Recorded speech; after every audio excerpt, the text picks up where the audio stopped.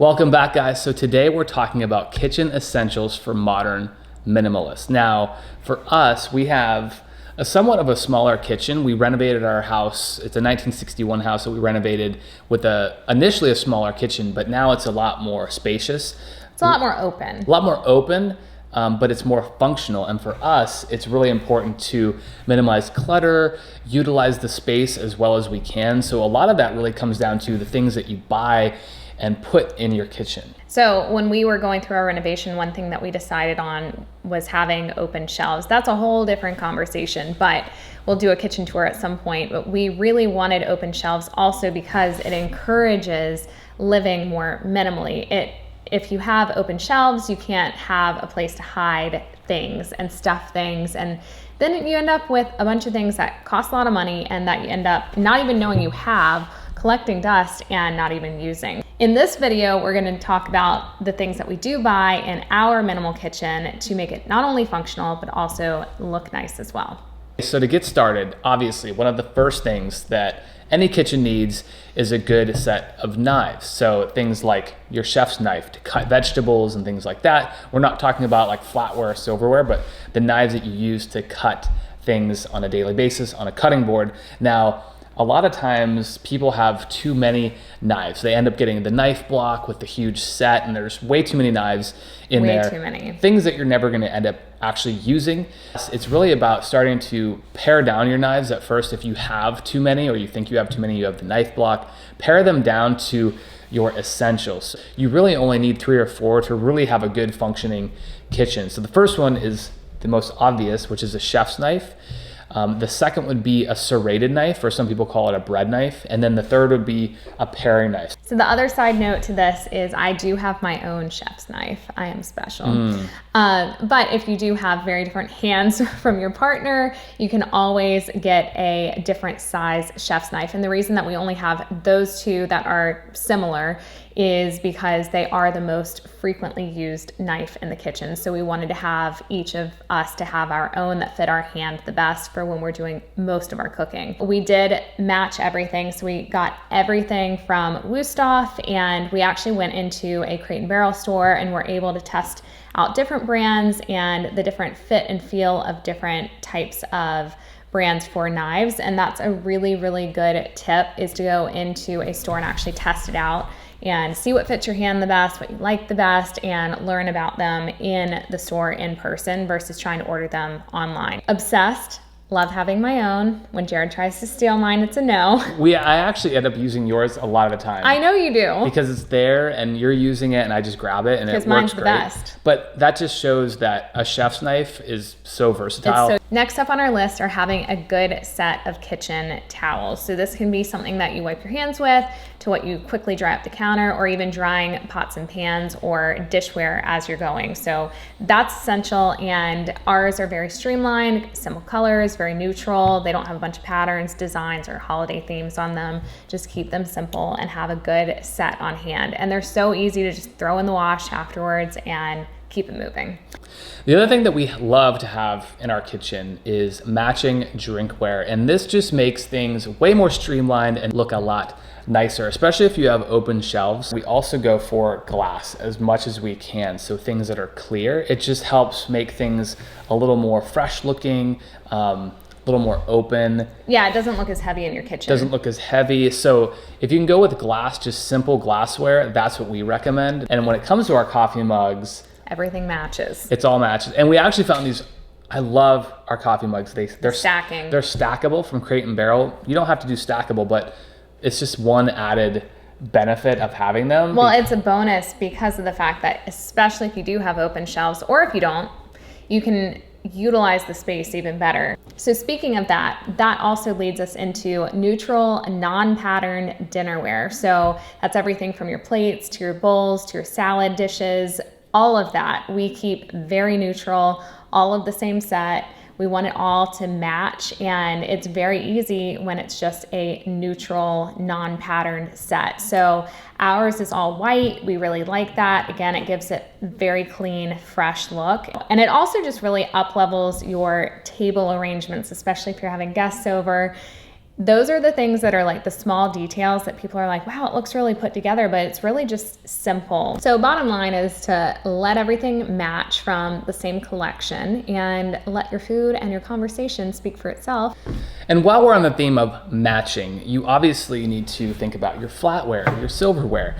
Again, keep it simple. So ours are also from Crate & Barrel. We love Crate & Barrel. Even our wine glasses. They have great stuff when it comes to kitchen, dinnerware, flatware, any of that stuff. Crate & Barrel is amazing. That's our go-to. High quality, but still affordable. Usually if you're buying their timeless pieces, they're always in stock season after season. That's the same thing with your flatware. Make sure that they're all matching pieces. So no mismatched forks and knives. So next on our list of minimalist kitchen essentials that we purchase are salt cellar, pepper grinder, and a bottle for your olive oil. So not an olive oil bottle, but an actual bottle that contains whatever olive oil that you have on hand. That's refillable. That's refillable, yeah. So the reason that we have these is really to pare down all of the different seasonings and spices. We do still have additional seasonings and spices that we have organized in our pantry, but these are the things, salt, pepper, and olive oil, that we're using on a very regular basis for pretty much every single meal. Okay, so if you're coffee drinkers like us, like a lot of people are, and even in the kitchen, you have to have some kind of way to make coffee, even for guests and friends that come over. So when it comes to coffee equipment, you don't have to spend a ton of money on a high-end, expensive coffee maker or espresso machine. If you just know some simple ways to make really good high quality coffee and you're using good quality coffee, that's all that really matters. You could do a simple pour over. You can do Chemex or French presses, which is for, you know, more people, more cups of coffee, or you can do something like the Bonavita coffee maker that we have, which is still a smaller footprint. And the nice thing about the Bonavita is it's a good compromise if you're not trying to do it so manually, but it also doesn't have a ton of bells and whistles. It also does have a pour over bloom cycle. So it mimics the taste of the pour over method. So of all of the coffee makers, that is the one that we actually ended up purchasing last year for when we have people over or when we're just on the go during the week and we just want a pot of coffee to just do the work for us and we don't have time to make our Chemex pour over. Next on our list are good food storage containers. So these are all things that match, and actually we found the best set. They're by Rubbermaid. So specifically our set is what we would recommend because they are just so good, and they're actually in a rectangular type shape versus the round containers, which make it even easier to fit into drawers and cabinets. I don't know why they're not all made like that. I don't know either. They're so easy. But the best part is the lids are all the same size, so they fit all of their standard containers. And not to say that you have to go out and buy these exact ones, but basically what we're saying, but do it. But that's what we're saying. Go out and at least if you have a whole cabinet or drawer full of random miscellaneous food storage containers, just donate those or recycle them and then just start fresh. And don't buy as many because a lot of times you don't use half of them. So just keep it simple. And if you want to use the Rubbermaid ones that we got, we love them. They look great in your kitchen. You can see your food in them really well. It's nice clear glass. Okay, obviously if you have nice knives, you want to cut on a nice cutting board. So one thing we definitely like to have in a kitchen is a good quality wood cutting board. No glass. Plastic, the composite plastic is fine. So the problem with cutting on glass or stone or slate or something like that is it will dull your knife basically immediately, and it's just not good for your knives. Cutting on a wood cutting board is way safer as well, so you're not gonna slip like you would on a glass cutting board. So for us, get a high quality wood cutting board, and then also just make sure that you're maintaining it. You can get different waxes and mineral oils that you can put on your wood cutting board just to maintain it. Preserve it and not dry out and crack, and it should last a long time. So we only have one wooden cutting board, and that's what we cut everything on, pretty much everything on, like Jared said. Except meat. Except for meat. And it just looks nice in our kitchen versus having a bunch of cutting boards stacked up. Again, thinking about minimalism, minimizing what you actually need to function in your kitchen very efficiently. So just having one really nice cutting board is always so much easier for cooking, getting things out, and just going efficiently. We recommend just getting 2 cutting boards, one high quality wood cutting board, and bigger is usually better. It's just more functional, you have more space, and then get a second cutting board for cutting meat.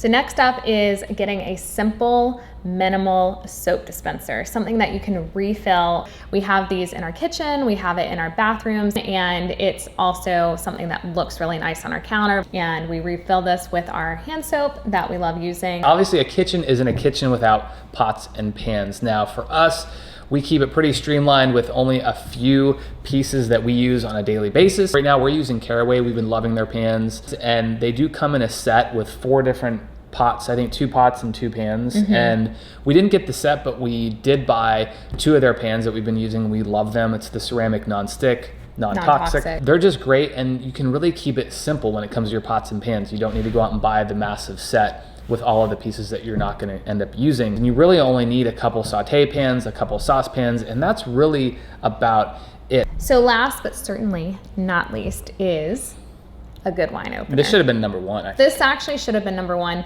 but a good classic wine opener, not the one that like drills in, lights up, has a whole light display. I mean, it can bring some entertainment to your guests, but in general, getting a wine key, which is what we use, it's a simple wine tool. Yeah, it's a big misconception, I feel like, in the wine space, where people think that the wine gimmicks and gadgets are the nicer option just because they're expensive. And a lot of times it's just like junking up a drawer, or it junks up your wine bar. So this is a great way to just streamline everything, keep it simple. You'll notice we have a trend when it comes to the things that we actually use and buy in our kitchen, and that's really around function, aesthetic, and also the amount of space that they take up. So for us, if we can use one tool that functions as 5 tools, we're gonna use that. It takes up less space, and it's gonna do 99% of the things that we need it to do. And that's the way to really streamline, minimize, and simplify your kitchen, which is, again, one of the most used spaces,